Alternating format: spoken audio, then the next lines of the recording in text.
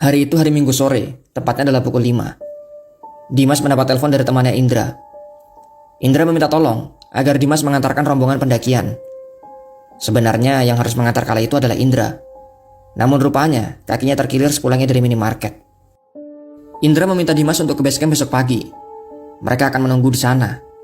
Dan rupanya rombongan itu terdiri dari 4 orang, yang semuanya adalah cewek berhijab. Dimas pun mengiyakan permintaan tersebut. Malam itu Dimas langsung mempersiapkan semua peralatan yang dibutuhkan. Dan disinilah ia keliru dalam melakukan perhitungan. Karena rombongan itu adalah cewek, biasanya masalah logistik sudah terjamin. Sehingga malam itu yang dipersiapkan hanyalah 2 bungkus mie instan, 2 botol air ukuran 1,5 liter, 2 batang coklat, dan juga 3 bungkus roti. Persediaan seperti itu tentunya hanya akan cukup untuk dirinya sendiri. Dan keesokan paginya, yaitu sekitar pukul 7, ia langsung bergegas ke base camp dan kemudian sampai di pukul 7.30. Sesampainya di base camp, rupanya ada miss call dari Indra sampai dengan 10 kali. Namun dirinya tidak bisa menelpon balik karena sinyal di daerah tersebut tidak ada. Ya sudahlah, Dimas langsung bergegas ke pos registrasi, di mana ia mengenal semua petugas di pos itu. Dan yang paling dekat dengan dirinya, namanya adalah Mang Adang. "Mang, lihat 4 orang pendaki perempuan gak?" Dimas bertanya dalam bahasa Sunda. "Perasaan dari tadi gak ada tuh." "Masa sih, Mang? Ya udah, saya ke atas dulu, Mang. Mungkin aja mereka ada di atas sana." Dimas pun pamit dan langsung naik ke atas. Dan tak berselang lama, ia langsung bertemu dengan 4 perempuan berhijab, lengkap dengan cadar dan juga pakaian yang serba hitam. "Maaf, Mbak dari komunitas ya, yang minta diantar sama Indra?" Salah satu dari perempuan itu kemudian mengangguk. Dimas kemudian menjelaskan bahwa Indra jatuh dari motor dan kakinya terkilir, dan ia akan menggantikan Indra untuk mengantarkan mereka ke puncak. Maka di jam 10 pagi itu mereka pun akhirnya mulai start mendaki. Sambil terus berjalan, Dimas merasa ada yang aneh dengan mereka. Cewek-cewek itu satu komunitas. Namun anehnya selama berjalan, mereka semua tidak saling bicara. Mereka diam satu sama lain dan juga berjalan dengan sangat pelan. Dan sekitar jam 11, mereka sampai di pos 1 Arban. Terlihat ada beberapa orang pendaki yang sedang beristirahat. Para pendaki itu menatap ke arah mereka dengan pandangan yang aneh. Namun di sini Dimas tidak mempedulikannya. Mungkin saja pendaki itu agak aneh melihat rombongan ini, yaitu perempuan dengan cadar dan juga pakaian yang serba hitam. Sambil beristirahat, Dimas mencoba membuka pembicaraan. "Mbak, sebelumnya sudah pernah mendaki Ciremai?" "Sudah, Kang. Kami sudah cukup sering mendaki gunung, terutama yang ada di tanah Sunda." "Wah, berarti mereka ini perempuan tangguh," Dimas berkata dalam hatinya. Namun ia kembali berpikir, tapi kenapa mereka tadi berjalan sangat pelan ya? "Kang, ayo lanjut." Mereka mengajak kembali lanjut berjalan. "Mbaknya gak minum dulu?" "Tenang aja Mbak, masih pagi kok." "Gak usah Kang." "Oh ya Kang, biarkan kami yang jalan di depan ya. Akang di belakang aja. Kami sudah cukup kenal kok dengan jalur sini," ucap salah satu dari mereka.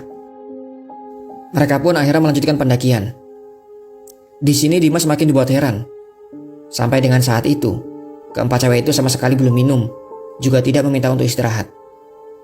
Ketika mereka berjalan ke pos 2, situasinya justru kini mulai terbalik.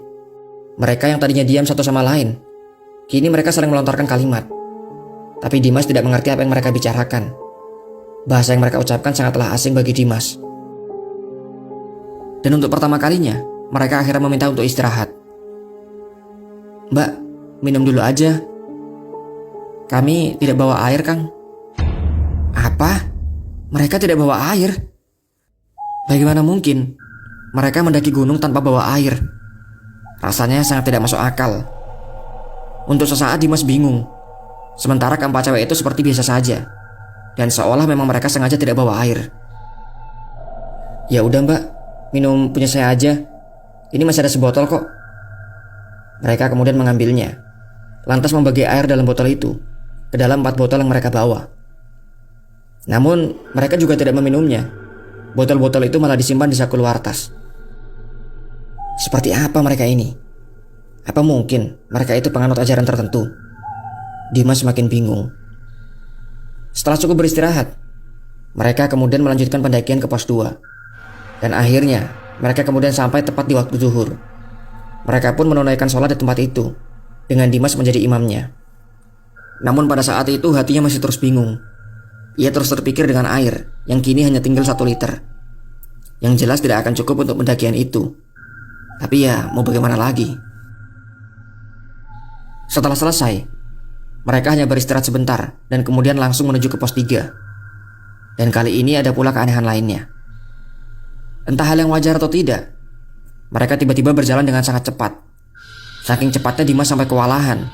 Bahkan beberapa kali hampir tertinggal jauh. Percaya atau tidak percaya, perjalanan dari pos 2 ke pos 3 hanya mereka tempuh dengan waktu 30 menit. Dan begitu sampai di pos 3, Dimas langsung tumbang. Duduk tak berdaya sambil meneguk air yang kini hanya tinggal 1 liter. Tentunya ia harus berhemat untuk meminumnya. Lagi-lagi Dimas harus heran. Keempat wanita itu sama sekali tidak minum. Bahkan air yang ia berikan masih utuh di samping tasnya. Sungguh sangat aneh. "Kang, kita ngecamp di sini dulu ya," pinta salah satu dari mereka. "Loh, kan masih siang, Mbak. Kita masih sangat mungkin loh bisa sampai ke pos 5 sebelum gelap." "Enggak, Kang. Kita ngecamp di sini dulu aja ya." Karena Dimas hanya bertugas sebagai pengantar, maka mau tidak mau ia turuti saja. Di saat Dimas mulai membuka tenda, mereka semua hanya duduk saja. "Loh Mbak, kok tendanya gak dibuka?" "Kami tidak bawa tenda, Kang." "Ya Tuhan, apalagi nih? Bisa-bisanya mereka tidak bawa tenda." Namun mau dikata apa, mereka sudah terlanjur mendaki.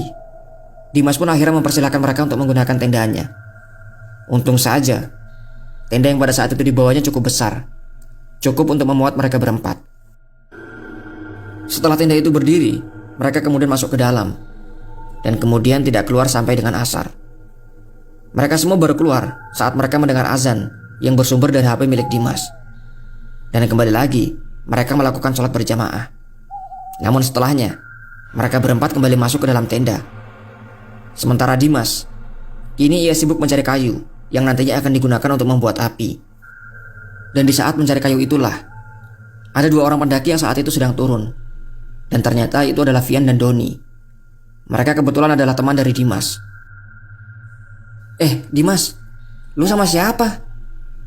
"Gue lagi nganterin cewek-cewek nih, komunitas pendaki berhijab."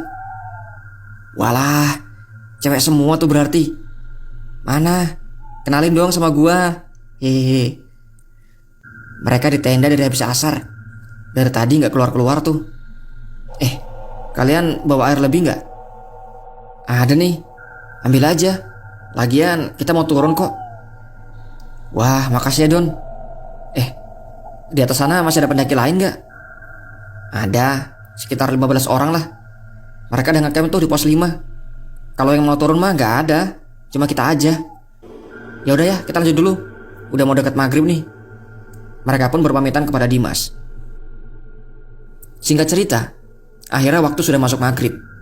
Dan kembali, para cewek itu keluar untuk kembali mengajak sholat. Setelah selesai, mereka kemudian membuka ranselnya. Dimas sebenarnya sangat penasaran dengan apa isinya. Soalnya mereka tidak membawa air, mereka juga tidak membawa tenda. Dan isinya, rupanya adalah bahan makanan mentah. Beras, sayuran, daging, tempe, telur, dan lain sebagainya. Kali ini dengan sigap mereka langsung memasak. Dan akhirnya setelah isya, masakan itu sudah siap saji. Dan ketika Dimas memakan masakan itu, luar biasa. Makanan yang mereka masak sangat enak. Dimas makan dengan lahap, dan ia merasa bahwa ini adalah masakan paling enak yang pernah ia makan. Dan selesai makan bersama, mereka kemudian kembali lagi masuk ke dalam tenda. Sementara Dimas duduk di depan api unggun, sambil menghisap rokok dan juga menikmati secangkir kopi. Walaupun menikmati kopi, tiba-tiba rasa kantuk yang luar biasa datang. Dimas pun langsung tertidur. Dan kemudian ia baru tersadar kembali ketika ia merasa bahwa kakinya sangat panas. Ketika ia sepenuhnya sadar, ternyata api unggun itu mengenai kakinya, dan api membakar sebagian dari sepatunya. Aduh sial, sepatu pakai kebakar segala lagi. Dimas menggerutu sambil terus menggesekkan sepatunya di tanah. Dimas kemudian melihat jam di tangannya, dan waktu menunjukkan pukul 10 malam. Dan betapa terkejutnya Dimas ketika ia berniat mengecek ke arah tenda. Tendanya rupanya dalam kondisi yang terbuka, dan tidak ada siapa-siapa di dalamnya.